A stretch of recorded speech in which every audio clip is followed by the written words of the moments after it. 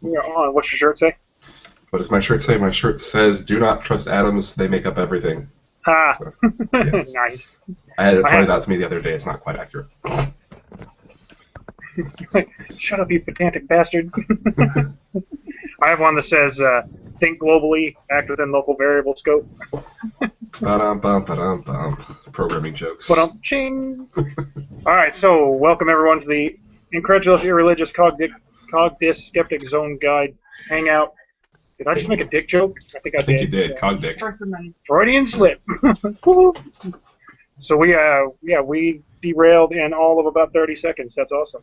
Doesn't take as long. We've already Can I did that. continue with the derailing? You should Oh listen yeah. to the Nerdist Let me finish the intro here and then derail away. So our topic today, tentatively, is bad science in movies. I think everybody's seen a movie and gone like, that's not a thing. And we're going to talk about a little bit about that and whatever the hell we want to talk about.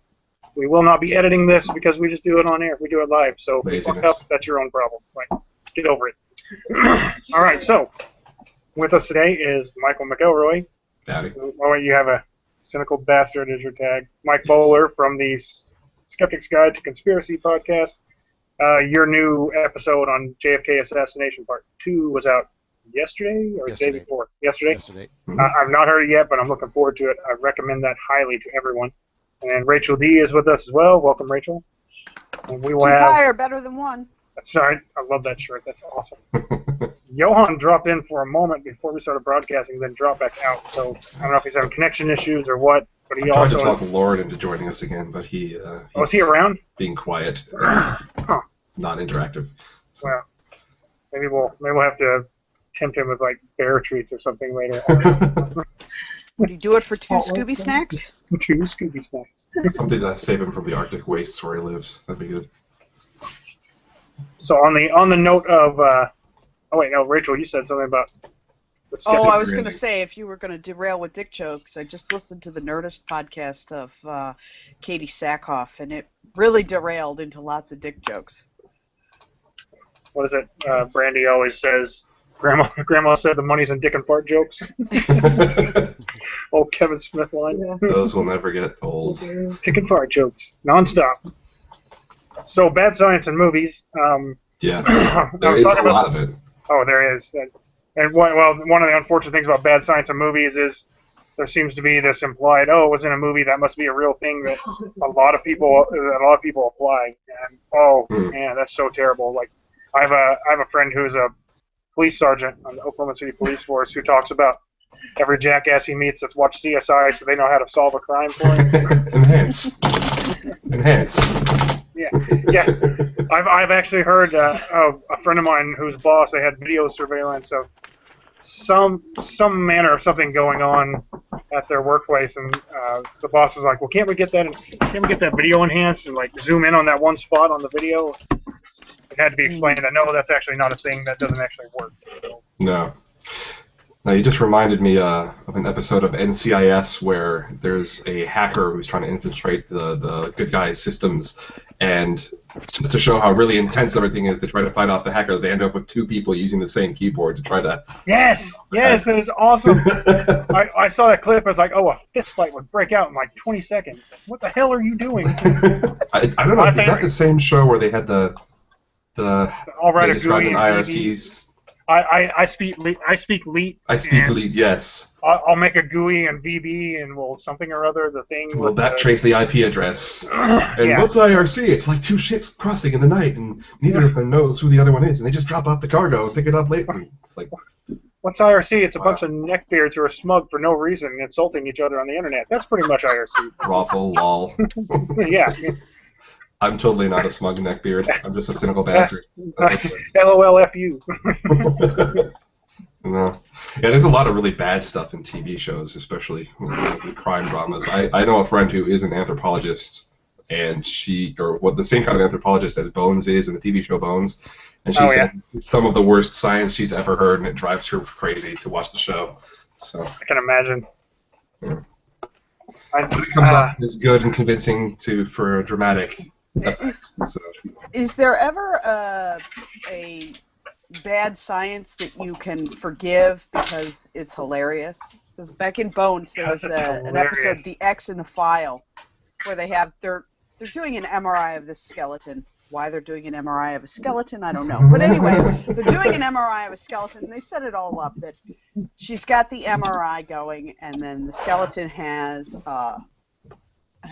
shrapnel in it, and so the skeleton begins to move when she tries to get it close to the MRI, and of course she's behind some glass wall, which is not true, and there's this big red button, and she squeals like a girl, which is not at all. Yeah, go ahead. Of course, the DVD's not hooked up, honey. I'm sorry. You're just going to have to wait. Children. Okay? So she squeals like a girl, and then Booth in the show, he misses his shot, and of course he's a sniper, so he makes no sense. Doing a wild shot makes no sense. And so she hits this big red button, which of course stops the MRI, and then the skeleton falls to the floor. And he says, "I won't tell anyone about the girly squeal if you don't tell anyone about my missed shot." And she says, "Deal."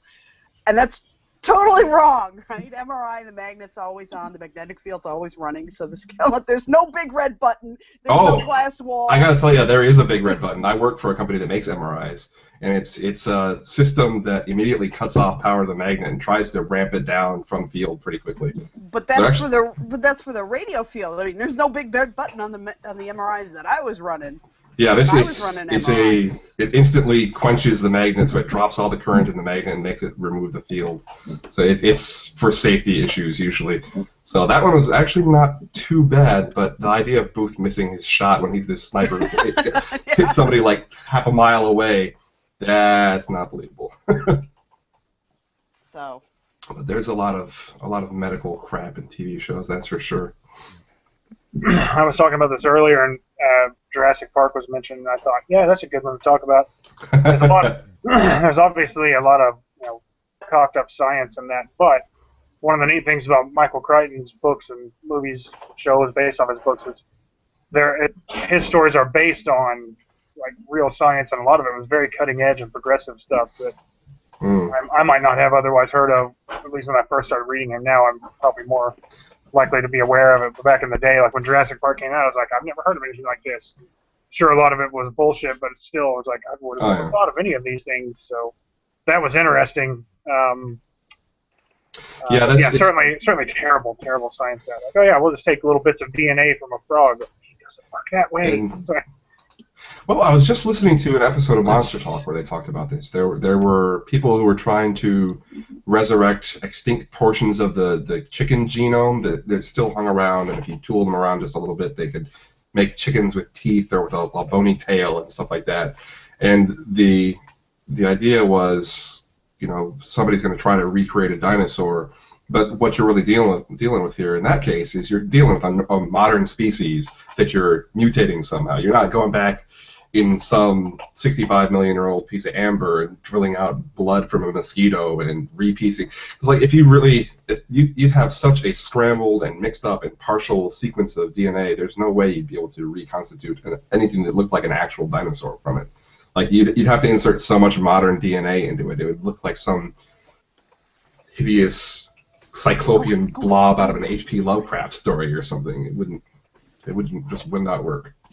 So, but they are trying to do the same thing with woolly mammoths, which I guess they found enough specimens they can kind of piece together the segments that overlap and create a whole genome from that. So that one could actually work, but dinosaurs kind of out of the picture at this point. Speaking of bad science in movies, I feel like Blofeld whenever he does this.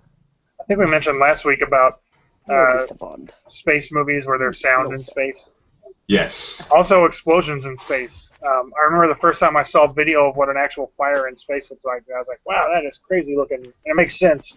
It doesn't burn upward. It like burns out as a big gaseous plasma field. Right. Yeah. Right. Yeah, it's always very funny. What was I watched something yesterday. Oh, Alien, the original Alien movie. I was watching the Riff Tracks version of it because that makes it a lot better. Oh, I didn't know there was a Riff Tracks of that. Oh, yeah. It's pretty funny. But there's a scene near the end where the alien gets sucked out of an airlock of a ship and flies out.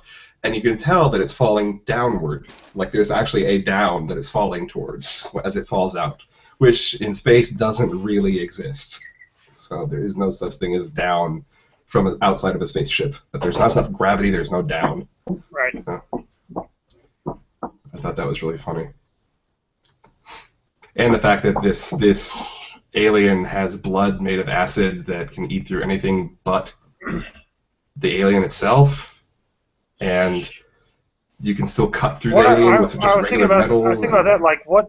Oh, yeah, metal would cut through it, but, well, did they cut through it, or, like, like a puncture wound from a bullet or some projectile would maybe make sense. Yeah, because there's one scene where they first see the face hugger on the guy's face. The guy goes in with a scalpel to try to cut off the fingers, and that's when they first see the blood. And it's pretty funny because it looks like acetone eating through a block of styrofoam as it pours out onto the floor.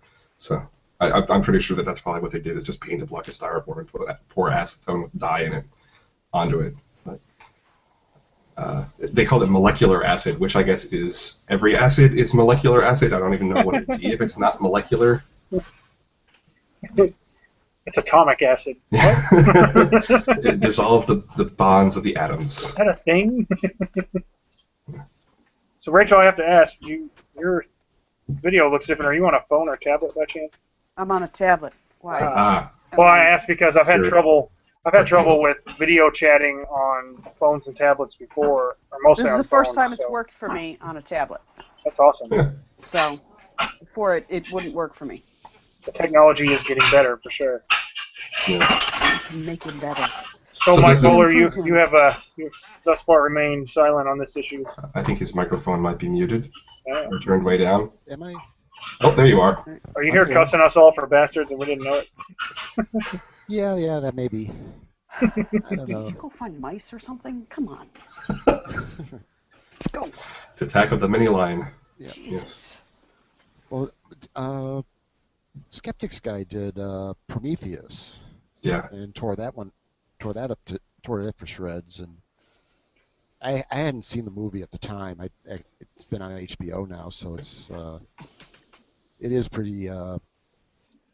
It's kind of weird thinking a scientist would buy into a weird.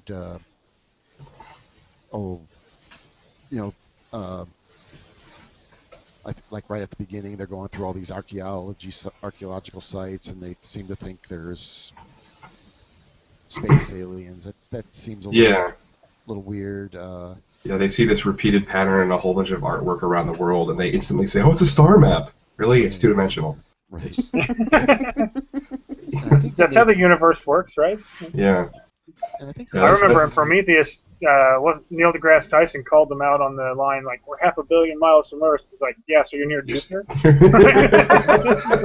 It's like, I don't think you realize how far things are apart from each other here, guys.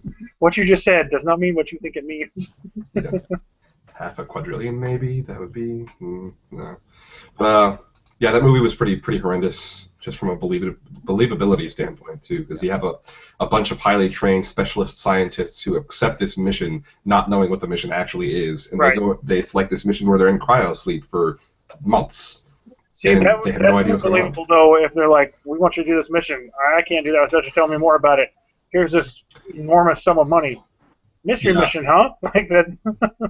And then all these highly trained scientists start acting like just some typical crew of, joking around and ringing on each other and just joking on each other. And it's like, this is not at all what a group of scientists on some exploratory mission would really be like, is it? I mean, this is like a bunch of frat boys hanging out and laughing at the girls. And then they go out in this alien ship that's crashed somewhere, and they take off their helmets when they realize the atmosphere is safe for them to breathe, but they don't know anything else about it. Like, there could be viruses or bacteria or something floating around in the air that could kill them. There could be, surprise, surprise, aliens that could jump on their face and impregnate their faces, and that happens. So, I don't know. Yeah. Not very good scientists. Because I think Skeptics guy even mentioned that surgery where she jumps on the table and it's all computerized and slices her open. It's like no anesthetic, no whatever, and boom, And then when she's finished, that's horrible science. seals But up I her have to say, skin. the idea of that, like, here's this auto medical unit, Thing. like, that's kind of cool. That's going to be a thing one day, right? Yeah, but when it sews her back up, it just puts stitches to her skin back together. Like all the gut material is still separated. That doesn't work very well. So here's one I cringed to even mention, but you remember The Day After Tomorrow? Yes. Oh, God. That's the one where they Very all much, freeze yes. to death or something? Yeah, Starting it's from like the top down, slowly. Yes. That now the best thing about that is to mention the South Park episode 2 days before The Day After Tomorrow. I don't remember that one. I haven't seen that one. If you're a South Park fan, look for 2 days before The Day After Tomorrow. It is a very good episode. It's not the one with the hippies, is it? No, that's Night of the Living Home. No, that one's. Where I they don't have to remember build a that one. drill Yeah, to with the drill drum through the circle. hippies. Yeah. Cartman finds the drum circles in people's attics. There's Yeah. one of them hippies. Just infestations of hippies. But yeah, the 2 days before The Day After Tomorrow is just the total rip on that. So the big danger is just global warming. So they talk about global warming like it's a thing you could see. Oh my God, it's global warming! It's coming! Oh my God! And everybody's running around going, they tried to tell us and we didn't listen. So everyone's all, we didn't We listen. didn't listen! Yes, We I didn't remember that part listen. now. I always wanted a T-shirt that said that. We didn't listen. Was that kind of like the one with where everyone was getting hybrids and The hybrid smug cars? problem? Oh, the smug problem. everybody's super smug. They fart in a wine glass and. Pollution, not part of the problem. Thanks. Yeah. Oh God, that show's so terrible and so great at the same time. Yes, it is. Oh yeah. I love that show. I'm a big fan. Now, the subject of bad science in movies has been pretty big. There's a whole bunch of websites out there where people have put together lists of movies and all the stuff that's wrong with them. Like even Phil Plait on his old Bad Astronomy webpage has a bad movies list. And it's got stuff on it like Armageddon, Cloverfield, Contact, Deep Impact, Iron Man. Yeah. Cloverfield, what's wrong with Cloverfield? What is wrong with Cloverfield? Well, let's see. Nitpick number 1. When the action starts, we see an explosion from a tanker in the harbor several miles away, and we hear the sound at the same time. Okay. Nitpick number 2. The hero is trying to get in contact with his girlfriend using his cell phone, but the battery's dead. He runs into an electronics shop and grabs a new battery from a package and uses it in his phone, and he can then hear his girlfriend's phone message. Have you ever bought a special battery for a piece of electronics like a cell phone and it comes out of the package fully charged? Well, yes, actually. So I guess that's not such a good nitpick. Yeah. Whatever kind of video camera he had, I want one. It holds a charge for a long time, even when used as a flashlight in subway tunnels. Yeah, there's a whole bunch of like that's just Cloverfield, and I've seen a bunch of other websites like How Stuff Works and BuzzFeed and all these other sites that have lists like the top 10 bad science things in movies. There's all sorts of lists like this. And of course, one that keeps popping up is the idea in a superhero movie when you have a superhero who flies, and there's some good guy falling to their death, and the superhero flies out and grabs them and carries them away in midair, and somehow negates the entire velocity of the person falling and doesn't do any damage to them. I remember at some point when I was younger, maybe 12 or early teens, I thought about that, and I thought, I guess if they caught up with the person and flew down with them a little bit to slow the fall, but no, yeah, you just see them like swoop and off they go. And Pilot of the Big Bang Theory did that. They did? Yeah, they had a big joke about that, where when Superman catches Lois Lane, actually, because he caught her, she would actually be chopped into 3 pieces. His arms would have gone through her, and delivered in the Sheldon style, of course. So it was 3 funny. lane sickle pieces or something. No. Yeah. Yeah, somebody was talking about the new Spider-Man movie and about how Spider-Man can pull off these high G-force swings where he's swinging on the web, and when he hits the bottom, he would be pulling like 20, 30 Gs as he swings back upward again. And somehow he can carry people through this, and they experience no bad side effects at all from that. So. Well, he is Superman. Maybe he has like a inertial dampening field. That's a thing also, right? Spider-Man. Wait a minute. Oh, Spider-Man. I'm sorry. Yeah. How far does he swing? Because, I mean... Well, sometimes he swings from like the top of a building down to street level and then back up again. I'm trying to remember. There's a giant swing, or there was. So it's probably been destroyed by now at MGM Grand in Las Vegas, and for I think it's $15 or whatever, you could swing on it, and it pumps you up. You're put in essentially a bag. You're in a burlap sack, and it pulls you up, and you're up like 100 feet, and then it drops you, and it's just like this giant swing. It's very nice. You don't really feel any heavy G-forces. You're screaming your bloody head off, but you're still, Yeah. There was. I did that 20 years ago, so that was a while ago. There was one of the old Spider-Man comic books though, where he was like the Green Goblin kidnapped his girlfriend and took her off to some bridge somewhere, and he lures Spider-Man to the bridge and then throws her off. And while the two of them are fighting, he like shoots down a web to try to catch her, and the web sticks to her feet, and she like springs back up, and he finishes fighting the Green Goblin and pulls her up and thinks he saved her, but in fact he broke her neck because of the whiplash from whipping through her. So, oops. Yeah.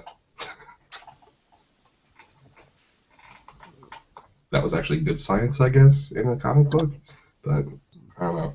On an episode of Star Talk recently, they were talking about asteroids. I think it was a replay of an earlier one, and Neil Tyson was saying that the asteroid in Armageddon was so big, and he said, in fact, something like that wouldn't sneak up on us. We'd have known about it by about 1802. Yeah. Like somebody would have seen it a long time ago. Yeah. Right. But also now a scary thing I learned about that was someone asked what about an extinction level civilization ending? Yeah, civilization ending asteroid. How big would that have to be? And the amazing thing was he said 0.5 kilometer wide. Jeez. And impacting anywhere on the planet. 0.5 kilometer wide, impacting anywhere on the planet would not destroy life on Earth, but would set civilization back to the Stone Age, basically. Yeah, he said back to Stone Age, like spears and rocks, wow. And I was like, holy shit! Very tenuous our safety is here, definitely. Well, chances are it would land in water. So how big? He said even then. He said. Yeah. Oh, how big would the tsunami be? I mean, my gosh. It would reach, Michigan. Yeah. That would just that would be yuck. Run for the Several hills. 100 feet tall wall of water, moving at 600 miles an hour or something like that. Yeah, it's. They did that in Deep Impact, right? Where the review said this movie has neither depth nor impact. Although I've heard people say that it had much better science than Armageddon did, so. I did it. Or at least a much better representation that there's nothing they can do to hide this from people. So obviously. That's another one he addressed. Like someone asked about governments being able to hide something like that, and he said, "Well, the thing is, governments aren't the ones who find that. Like it's backyard astronomers who have found all of the big comets and all the big asteroids we've seen in the past. It's not it's not research institutions." That's the one that Tyson said you can't hide the sky. Right. Yeah. Yeah. Exactly. Yeah. You do. There's the sky. Yes. I wonder how hard I'd have to beg, or how many pounds of flesh I'd have to give up to get Neil Tyson on a hangout with us. Boy. That would. Oh my God, that would be the pinnacle. Like, well, we've made it, folks. I would have to brush up on my interviewing skills then. Actually, one of my first SGU episodes I ever listened to was when they interviewed Jimmy Carter. Yeah. That was an interesting episode. That was pretty good. Pretty good get for them. Yeah. Actually, it was great. It was like, no, I didn't see a ship. Jeez, I saw some lights.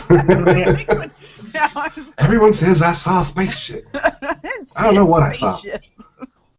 Hey, on that, what about this? Buzz Aldrin saw a UFO and believes in UFOs. Is there any credence to that? I've seen that before, but is there any credence to that at all? Like, does he actually?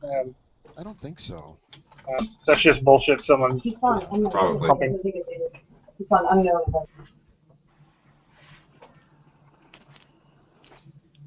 Let's see.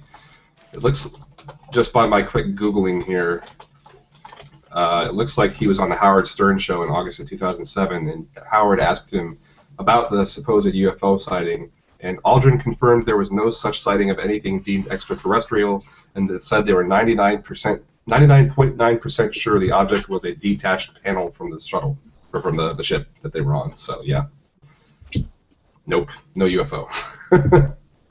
if somebody's been saying that, then it's unsurprisingly another bit of invented trivia from a UFO believer. Right. So. Right. So here's one. It's only kind of science related. Is anything hacking or any kind of computer related things in movies? Like I love watching hacking in movies because I tell people, like, as a developer, I'm like, you want to know what hacking actually looks like? A whole lot of this. Sit there, sigh, stare at the code, occasionally type something, look for a place you've missed a comment. Type something, click on your mouse, or hit enter, and you wait a while. Occasionally insert a semicolon that you forgot about. Right. Swear to God, that's my work. I'm going to port scan this thing. Oh, how long is that going to take? Well, I'm only going to do it twice per day for like 2 months, so it'll take a while. Yeah, hacking is... No, it's not. It's very much another element of science that's been glorified and mystified, like mysticized in the popular media. So yeah, definitely. Like One interesting thing about that though is, years ago people would talk about, oh, they show how you can blow up things with a computer screen. You can't do that in real life. Well, as it turns out, in fact, you can. Like, what was it? What was the name of that virus? This one that the U.S. released on Iran for their centrifuges. Yeah, I remember that one. Stuxnet. Stuxnet, yes. Yeah, and it switched on that. It would switch on and off that valve super fast, and then it would basically cause that centrifuge to just melt down. Like, yeah, that's the kind of. Yeah, there was another that did the same thing with a pipeline, where it would switch this high pressure valve on and off really quickly. And in fact would burst the pipeline. That'll screw something up. Yeah, that used to be a thing where you could. That was unrealistic, but now not so much. Like, I don't know. That's one of the things that kind of worries me about this whole move to a smart grid now, is that somebody's going to figure out a backdoor into the system and shut off power to all of New York City or something. There shouldn't be a backdoor. You'd hope not. Well, I worked working in the refineries. The process systems are physically there's no wire between the. Oh, there's an air gap. And yeah. So and there shouldn't be. That's why I was actually after the centrifuge thing in Iran. It's like I was talking to the guy and says that couldn't happen unless someone planted code in, because they were talking about it being a variable speed drive that ran a compressor or something like that, or what was it? I mean, a lot of these centrifuges are, the ones I've worked on have been hydraulic powered, and a variable speed drive was supposedly, whatever they somehow, well, actually, we're not really sure, but I'm pretty sure it was planted in the firmware of the drive, not necessarily came through. Really? Through the network, so it's someone purposely sabotaged that guy. Huh. Technically, there's no way to physically get from my computer into a plant system, because that you can do a lot of damage. Yeah. It's you close one valve, and next thing you know, you're sitting in a mushroom cloud. Yeah, I worked in the job before the one I have right now. I worked for a government nuclear research facility, nuclear power for the Navy, and we had the same thing. We had a very solid separation between the internal network and the external. Like, to get any data from one to the other, you'd have to put in all sorts of requisition forms to get a CD burned, and then you'd have to have the security guard watch you carry it to your computer, and it's like they're very careful about keeping those things separated. Right. So. Yeah. Wouldn't it be easier if you wanted to do a sabotage? I mean, I see all sorts. I live right by a tank farm filled with petroleums, and wouldn't it just be easier to just, like, drop an M80 down one of the vents? Hi, FBI, don't watch this. I mean, why bother with all I don't know this computer crap when, Dear NSA, I don't even know what an M80 is. What's explosion mean? I don't know. No. But, I don't know. I mean, the human element plays a big part in a lot of those. Like the Stuxnet virus, for instance, wasn't something that the creators of that weren't able to go, oh, here's this thing, now let's give it to that. Let's just send it there. It had to be brought in on some external, like a USB drive or some CD or something. So it was something that was introduced. So how you do that? Either already had an agent there, or someone was able to transfer that data from one person to another, and then it ends up. Social engineering. About that book. Social engineering. Talks about that. So it could be like if there was good protocol where don't bring anything from outside and plug it into these computers. Well, someone people will do that kind of thing anyway, thinking, oh, it's not a big deal if I do it because I didn't do anything wrong, or just someone maliciously like, hey, get this thing in there and plug this into a computer. But that I guess with like the smart grid, that kind of thing, so you still have that human element. Problem is, the human element is the weakest chain in security, and or at least in information security or something like that. I just realized whose voice I'm hearing. Yeah, that's Brandy. That's Brandy in the background. Sorry. Social engineering. That's why she's not on here. Okay. She's coaching us. That's from the background. Yay, coach. Actually, your little talk there about going in and physically inserting things just reminded me of the movie of Independence Day, which I think is one of my favorite hacking scenes in a movie ever, yes. Where the guy creates a virus for an alien spaceship. Well, he had a Mac. On his Mac. Yeah, he had a Mac. I mean, if you're going to be able to hack an alien computer, it's going to be with a Mac, right? It's the future. Yeah, and when you send a virus to an alien spaceship, a little pirate with an eye patch, skull and crossbones comes up, and of course, make sure you have your cigars. Macs had USB or serial connections that connect with all alien technology instantly, like just plug and play. Come on. So what you're saying is that Independence Day exposed the fact that Steve Jobs is in collusion with aliens to take over the world. No, it was all Jeff Goldblum. Only because he has passed away now. Have we not? He's not dead. Oh, he's not dead. Conspiracy podcast. Oh. My next That's show. the Mac conspiracy. Are you serious? There are people who think Steve Jobs is still alive? He's living with Elvis and JFK. Santa, he's up on the Illuminati mothership. iPod coincidence, I think. The Illuminati mothership, nice. Yeah, yeah, with the Jesuit conspiracy and the Bigfoot and the gray aliens up there running the world behind the scenes. Do they just have like a schedule for? They just have a schedule for appearance. Like, this week is Bigfoot. Bigfoot, you're on tomorrow. All put together. Yeah. There's like Loch Ness. It's like C Street, but for cryptids. Right. Cryptid Street, yeah. So, Mike, you were saying about your next episode is what? I guess it's going to be the Steve Jobs conspiracy and the aliens. What? Wow. Yes. So you're still smartly avoiding Big Garter Snake, I see. Yes. There hasn't been. You don't want to. That must be hidden deep in the Illuminati's library somewhere. They're just that subversive. Well, no, and it's been out there since the beginning. It's the serpent in the garden, man. That's right.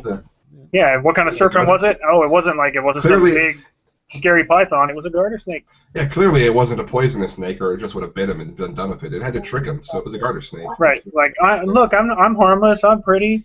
I will ruin your life. I've ruined your very souls. That's how harmless and pretty I look. The soul is killing machine. You just don't even know. So they're the ones creating the garter snakes created the Illuminati. Okay. Oh yeah. I'm on well, it. they are the Illuminati. Yeah, the eye in the pyramid is not the eye of God. It's the eye of the snake. Right, and it was the Illuminati is a creation. It's like if we give people this Illuminati to think about and to have conspiracy theories about, they'll forget about Big Garter Snake. We're on to you, Big Garter Snake. See, the name Illuminati is all about light, because snakes like light because they're cold-blooded, so they need a lot of light to warm them up. So. Right. Yeah, I think that's how that works. When you rearrange the letters Illuminati and then you change a little bit, you get Garter. Exactly. That's can you on your whiteboard Are you going to Glenn Beck us? Is that what you're saying? Yes, can you Glenn Beck us on your whiteboard? See the eye in Illuminati. Make sure to spell it all wrong, though.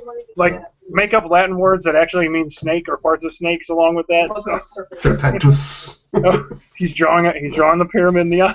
Oh my God. Okay. You should do a video episode of this, Mike. Am I allowed in late? Am I allowed to answer? Oh yeah, come on. Let's see. Okay. I need ideas.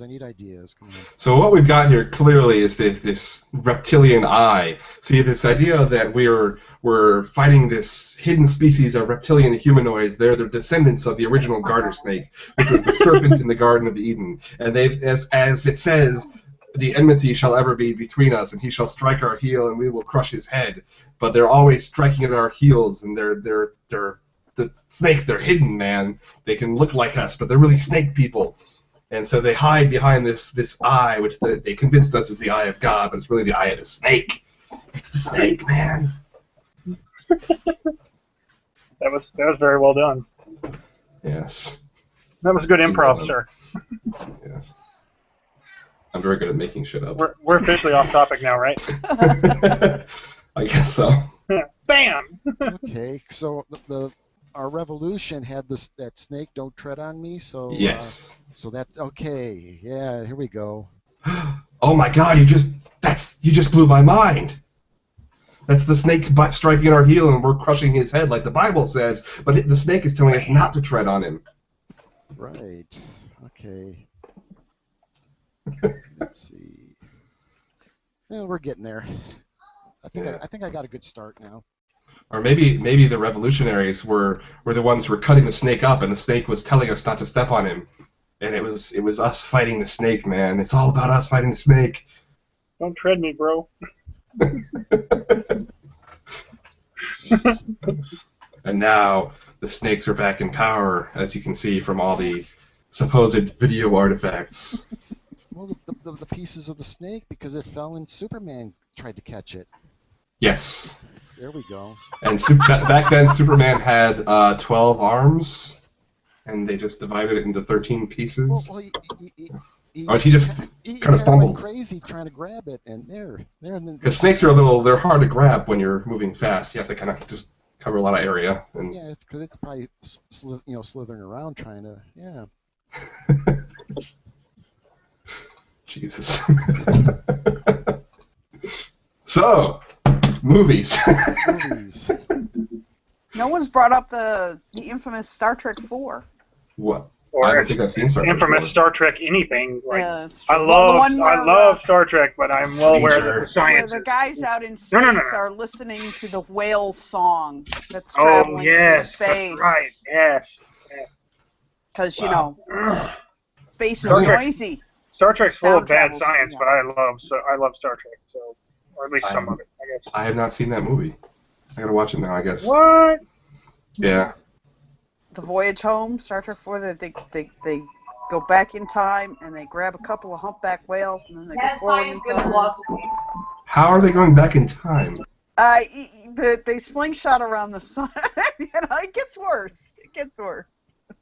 But it's all there based a on the fact that wormhole some or aliens from a distant planet have sent a dispatch to see why they lost contact with the whales that they were apparently listening to. What the hell? It was. The message, of course, was so long and thanks for all the fish. Yeah, exactly. So long and thanks for all the fish. My God. So That almost sounds like desperation to come up with a movie script to me. I don't know. Well, actually, the movie was pretty good if you can kind of get over the fact that it's all based on someone listening to whales singing through space. Plus, they probably didn't have a big enough budget to do the... Can you put a whale in that snake eye? Maybe the snakes have something to do with the whales.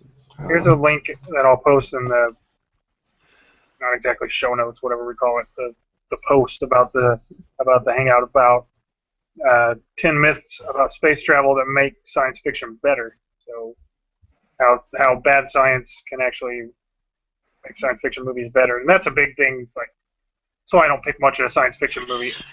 Just a freaking whale underneath. Oh my God. That whale looks kind of like a snake, man. It's a snake with fins. True. Maybe we should put some snakes riding on it. I think you found the missing link between serpents and whales. You need some feet. Missing link. There you go. Absolutely. Don't forget the enthusiastic underlining. Yes. 5 underlines. Here's another one. I don't watch pretty Glenn Beck. much any movie where there's a virus or some kind of pandemic, and the vaccine is produced really quickly. Yeah. Yeah, that doesn't happen that quickly. It takes a while. If there's some sort of pandemic, you'd think they would bypass FDA regulations and testing and all that and just go straight for it. And good luck getting on the first try. I didn't even mean test-wise. I just meant the actual development of vaccines. It takes quite some time. Yeah. Just get it the first try. You'll be fine. Yeah. Just inject people with this thing. See what happens. On the subject of disease, the War of the Worlds. Start with results. Start with her. I'm glad I haven't seen most of these movies. No. The new War of the World movies. The movie that was one. You know, the classic story is aliens come, they invade the planet, and then they get killed by bacteria because they weren't anticipating it. But how likely is it that they don't have some sort of infectious agents on their planet that they would have anticipated on Earth, for one thing, and for another, in the new movie, their goal is to like re-terraform or Marsiform or whatever Earth for their use. Yeah, and so they like capture humans and drain them of their blood and use it to feed these plants that are re-engineering the atmosphere for the Martians. Right. So what fed those on Mars?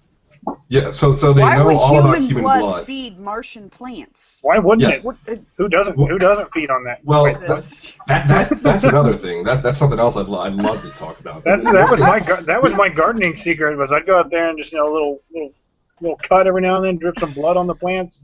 Yeah.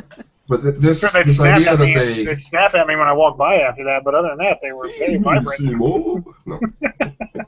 The idea that they know how to use human blood to feed a plant, to terraform a planet, but they don't anticipate bacteria that could kill them. Like they know enough about Earth biology to use it to their advantage, but nothing about disease. And their whole plan that they've been lying in wait underground for thousands of years gets foiled because of that. So, I don't know.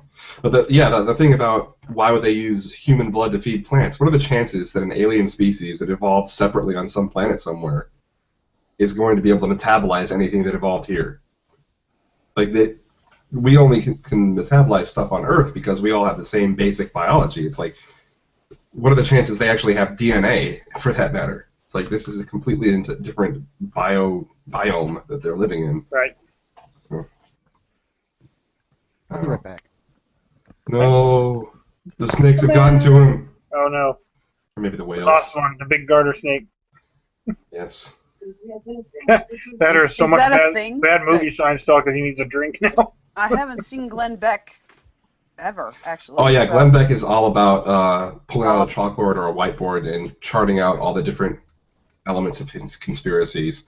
He does that, and it's hilariously ridiculous. I would suggest, though, if you want an intro to it, search for Jon Stewart's parody of that on a Daily Show episode. It was hilarious. Yeah. Like I felt like after I'd seen that, I was like, yeah, now I got to watch Glenn Beck do this so I can actually see how funny it is. Oh, it is so so hilarious, so well done. Yeah, and in fact, I will try to find a link to that. One of Beck's favorite things is to take random words and try to spell out some element of the conspiracy on every letter. And he did this once with the word oligarchy, and he goes one letter at a time, just spelling out a word, except he forgot the C in oligarchy, so he had oligarchy. And I think he did it with evolution also at one point, and he spelled evolution wrong. So hidden in the name of... Yeah, it's let me see if I can find out exactly what he was doing here. Sounds yeah, like Obama, left, internationalist, graft, acorn-style organizations, revolutionaries, hidden agendas. It was oligarch. There was no C or Y. Y was for asking questions. Oh my God, Glenn Beck. Yeah, Why he was for right, a very nasty guy. What'd she say? Singing hey, Bare Naked Ladies. They have a song called Crazy ABCs. Tell Brandy to come get on camera. I can't hear what she's saying. Brandy, you are being summoned to the Hangout. I'm going to guest star. She's all, get off my ass. Whatever. Shut up. She didn't really say that. No. Okay, there's one link to it. I want to hang out when you're here. Is there another? Oh, did he do 2 of those? Oh, no way. Yeah, he did a few of them, I think. And Glenn Beck, Glenn Beck started on CNN. I think he might have started on radio and then went to CNN. Yeah, I think he started on radio. And then went to Fox and then got booted off of there, and he's still on radio, and he has a web TV show now. So he's sticking around pretty well. He's a fascinating case study in the pattern recognition mindset. I just wonder how much. Sometimes I wonder, like, I just think he probably doesn't really believe any of the bullshit he spouts. He is totally just playing an act. I think that. I have no idea if that's true or not. But I don't know. I think he believes a lot of it. Like, I remember what podcast? Irreligiosity, I think. They talked about Glenn Beck and this academic mentor or something that he had, who believed all sorts of crazy stuff, and he's like the guy that Glenn Beck always refers to when he says he learned so much from this guy. Like, he believed that the U.S. Constitution was a divine document written by God and given to people like Moses and Gandhi and all these people throughout time, and this is the guy that Beck is saying taught him so much about history in the world. So I'm pretty sure he probably does believe a lot of it. Huh. I guess I'd like to believe that people are.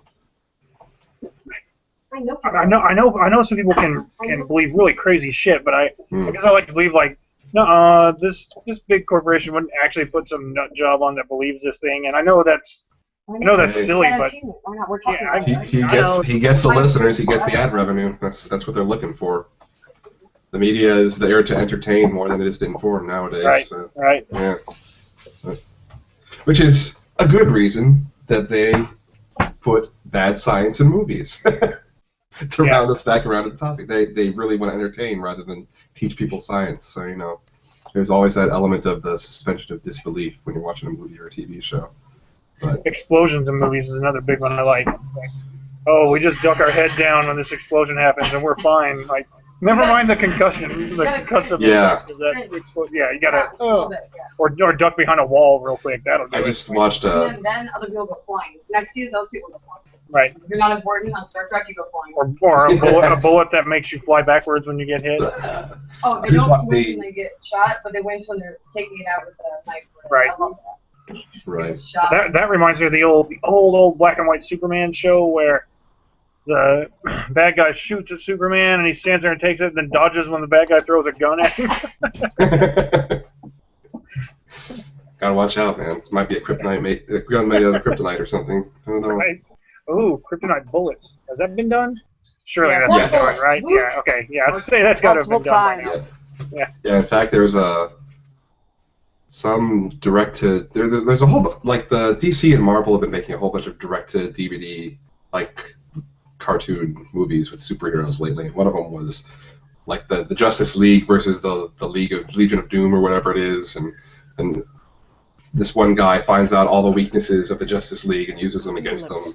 And he get your chapstick and do your lips. shoots Superman with a kryptonite bullet in one scene. So yeah. Well, it was also done in Smallville. That's right. Yeah. Which was kind of an interesting take on the whole Superman thing. But My son loves it. yeah, I was a fan. They ended it right when he officially became Superman, though. So I guess they didn't want to. I don't know if they ever called him Superman in the show. I think they had licensing issues for, like, the first several years, so they had, like, the same character, but they couldn't call him Superman. Well, apparently they also wanted to do stuff in conjunction with the comic books that were coming out. That's what they said on some of the DVD extras. So, like, they waited until season 4 for Lois Lane to come in to the scene. And then they had to keep waiting, I guess. And I don't know. So, somebody mentioned Neil deGrasse. I think, John, you mentioned Neil deGrasse Tyson earlier on. Yes, sir. Talking about the Star Talk show. I remember in one episode he talked about when he met with John Cameron, the director of Titanic, and mentioned to him that in one of the scenes where they're out in the ocean, there's a shot of the sky and all the stars are all wrong. And he went back and fixed it. Fixed it, yeah. In the re-release a couple of years ago, he fixed everything, and Neil was very happy about that. So I thought that was pretty funny. I was impressed. What I want to know is, like, did Neil just notice that right offhand? Like, did he see that and go, "Oh, that wouldn't be right," or did he look it up?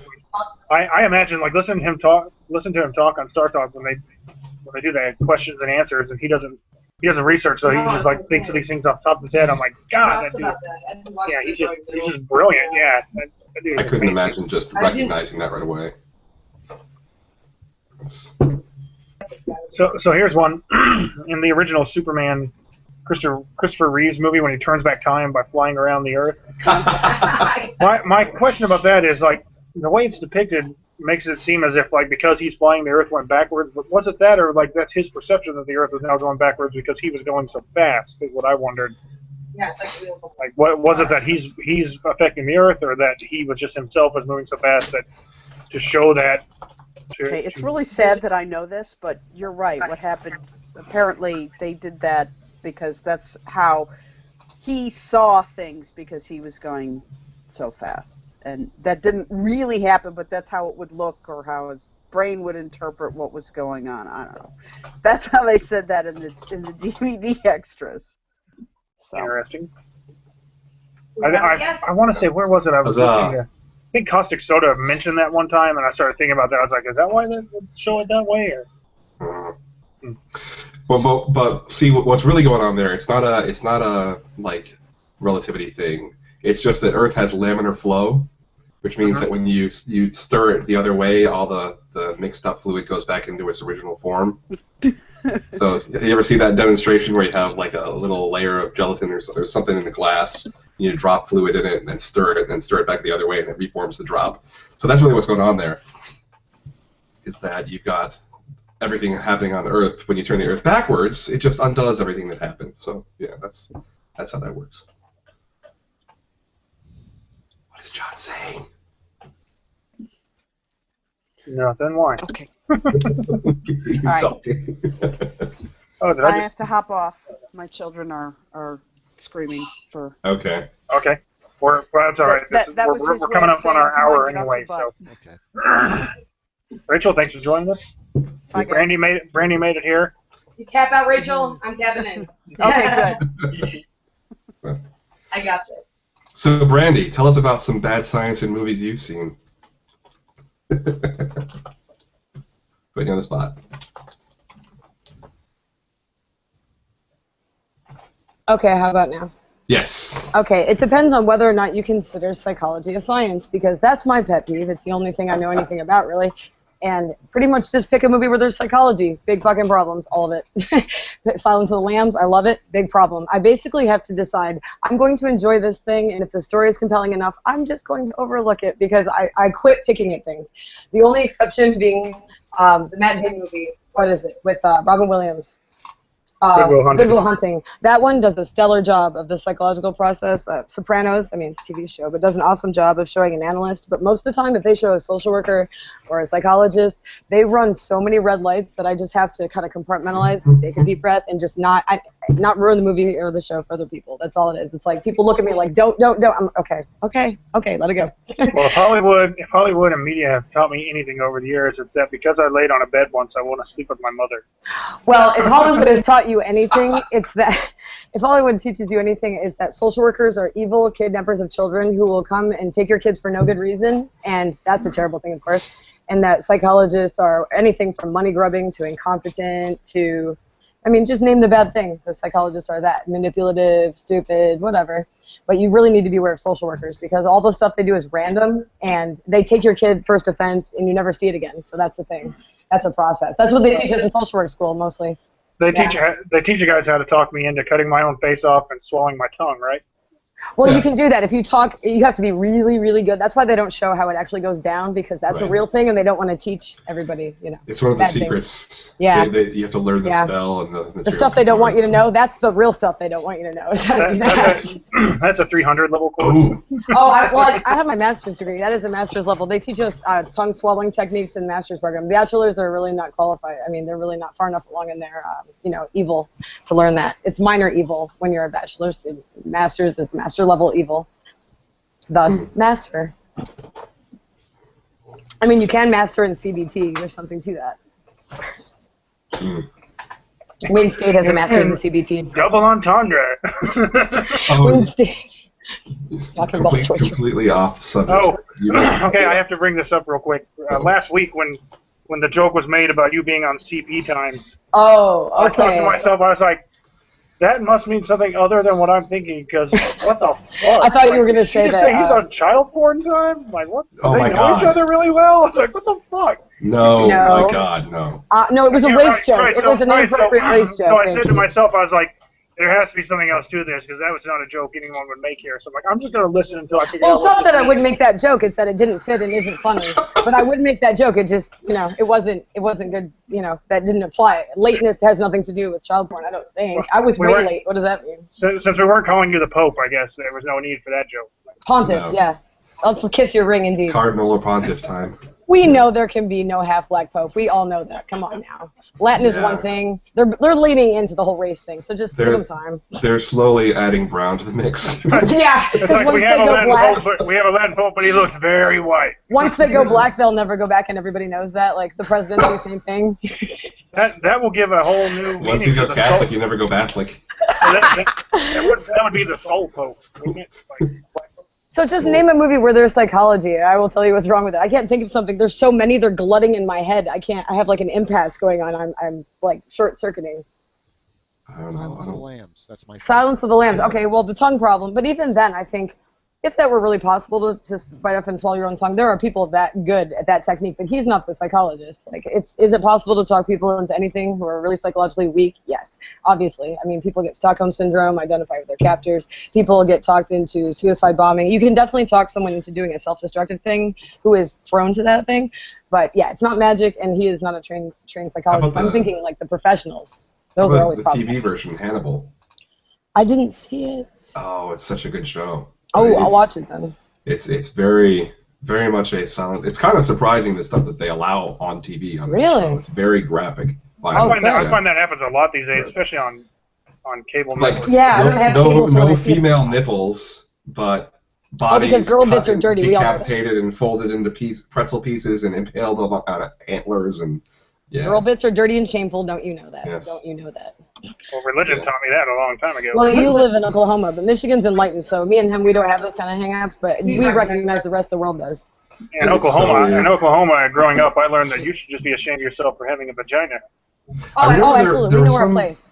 Some TV show I was watching where there was a transgender woman who, when a man, they could show him topless, but after they had became transgender and started identifying as women, they didn't even have the implants yet. Or hormones. They wouldn't show the nipples anymore. Weird. Maybe that was part of the showing this person is in transition, part of the helping people with pronouns. It's such a weird thing to think about, though. It's like it is weird. If the fat guy has man boobs, if you want to show George Foreman beating Michael Moore's ass on TV, no problem. And those are bigger tits than I had when I was 15, so I don't know what's up with that. Okay, here's a few movies with. Like, poor Mike Buller. When I start talking, he gets silent, and I'm thinking he either really likes me and he's laughing, or he's going, "What the fuck is her problem?" Here's some movies that incorporate psychology. Careful. Do tell. One Flew Over the Cuckoo's Nest, Donnie Darko, Penny and June, Identity. Donnie Darko.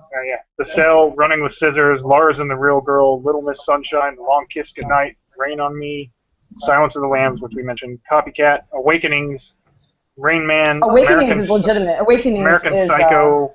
American Psycho, also very good. This is a good list. American Clockwork Psycho. Orange, Dexter, the TV show, Train Man, The Butterfly Effect. Butterfly Effect, by the way, I love that movie. It was awesome. Yeah, Primal Fear, 12 Angry Men. Primal Fear. As good as it gets. Excellent. The social worker, the psychologist, incompetent. How about As Good as It Gets? I'm hearing Brandy on both John and Brandy's feeds here. Oh, yeah. Sorry about that. I'll try and mute when I'm not saying anything so we don't have that problem. Sorry. So which one of all of that?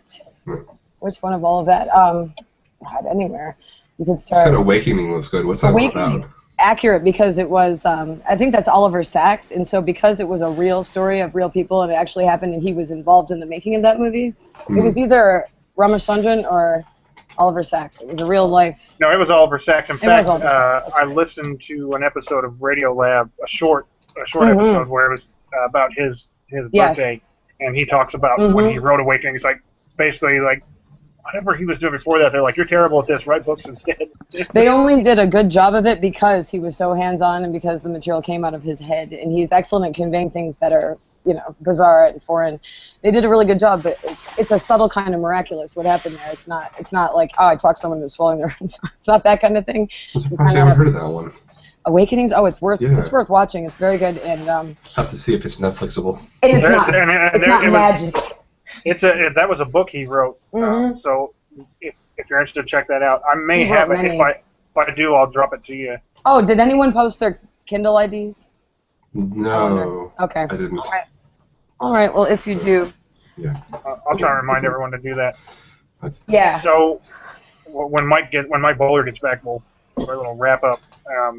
Did you miss our little segment earlier when we were talking about the grand conspiracy of Big Garter Snake? I was here. I was getting ready. Oh my gosh, so funny. It's so true. When are you going to make a really flashy website? Look back there on Mike Bowler's whiteboard. Mike Bowler was doing the Glenn Beck conspiracy for us. Yeah, that's awesome. Let me click on it. Mike, if you would, if you have a way, snap a picture of that, and I'm going to post that somehow because that is fucking awesome. That will go on the Big Garter Snake conspiracy site. Yeah, I want there to be a website. How about if I just leave the room? No feedback. How about that? Yeah, there we go. A simple solution. Low tech, but yeah, solution it is. Some of these movies like Butterfly Effect, I didn't really think about. Was there much psychology in Okay, what about, did anyone see, what was the Girl with the Dragon Tattoo and all that? They did an awesome job with Elizabeth as far as her psychology and what you know, how she becomes how she is and all of that, how she handles things. Awesome job. I found that people really either hate that book or love that book. I love it. I didn't want to. I love it involuntarily. I have no feelings one way or the other since I think you'll like it. You like strong, bossy women, so, you know. Oh, here. Do I? I think so. Okay. I guess so. I have it on good authority. Whose house are you at right now? So, bossy so here's one, the Manchurian Candidate. Oh my God. Oh yeah, brainwashing, totally legit. Yeah, legit, but not like robot style, not puppet style. Brainwashing, totally a thing. I mean, all those things where people are identifying with their captors, all that real. But as far as controlling someone like a giant meat puppet, it's not that easy. No. Question: Did any of you see the more recent remake of that? Was it good? No.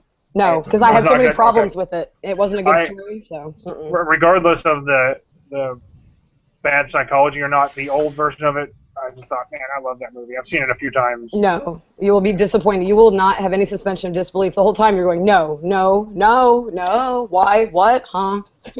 No. Trainspotting does a good job. There's not psychologists in it, but as far as showing like the dope fiend lifestyle and the perceptions and stuff, I think that is spot on. Also, Requiem for a Dream, not much psychologist in there, but as far as the psychology of drug users and one of them being an old lady, absolutely spot on, beautiful, and like the lifestyle of both and how they parallel, very well done. Yes, let's see, the original cast had Frank Sinatra, Lawrence Harvey, Janet Leigh, Angela Lansbury. Oh yeah, Angela Lansbury.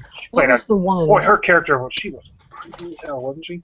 Manchurian Candidate is not on Netflix. I'm very disappointed. That's the. How about? Was it not? I'm not surprised. Yeah. Or is it? It's on Amazon or Hulu Plus. You can use my membership. Like I don't use it nearly enough. Everybody uses it. I don't care. To any law enforcement agencies listening, she was kidding. Yeah. Yes, we don't do that ever. No, what ever? That's copyrighted material. That violates Google Plus. You take nothing we say on here seriously. Thank you. No. We need a disclaimer, but a really funny one, actually. Instead of saying our name, which is stupid. I do have the disclaimer, which is, I'm not editing this shit, go fuck yourself. So. No, but I want the one about what we say about piracy, what we say about, you know, and all this stuff. It would be a funny intro would be awesome. The preceding show has been completely non-serious. Any mention of illegal activity is not to be taken as a real statement of fact. Ada, do not go to listen bed. to anything we say. I love that Ada go to bed. You said that once, Mike. I was like, oh my god, I want to put that in every single episode just because, even though she probably doesn't watch, Ada go to bed. Oh, by the way, did you see how many viewers we had? We had 18 views or something. It was awesome. Ooh. That's something, though. I wouldn't have apparently no one's watching the entirety of our Hangouts where people are watching, so there's that. I figure if we try and do this on schedule and, you know, I don't care about staying on topic. We try and do it on schedule, though, and have an interesting topic to begin with. Maybe we'll get some more static viewers. We'll see. 18 though was way bigger than I would have guessed. So to keep it within our basic time parameters, we'll wrap it up here. So we'll begin with everyone's last thoughts. So Brandy, on my screen, you're the first in order on our screen. So last thoughts from you. Last thoughts. Let's do.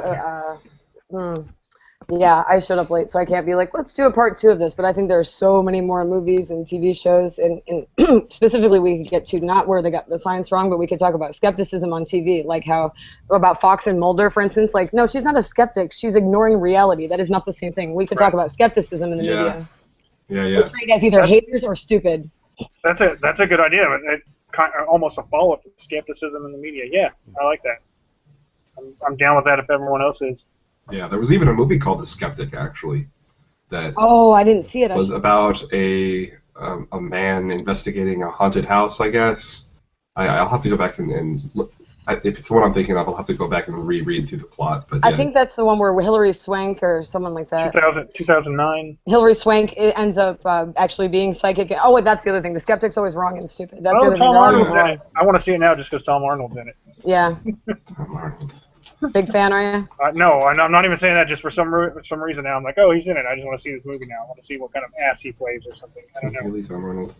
So there's one in 2009 called The Skeptic. Yeah, 2009. That's it. Yeah, and it wasn't a very particularly well-liked movie. It only gets a 5.6 out of 10 on IMDb, but it was...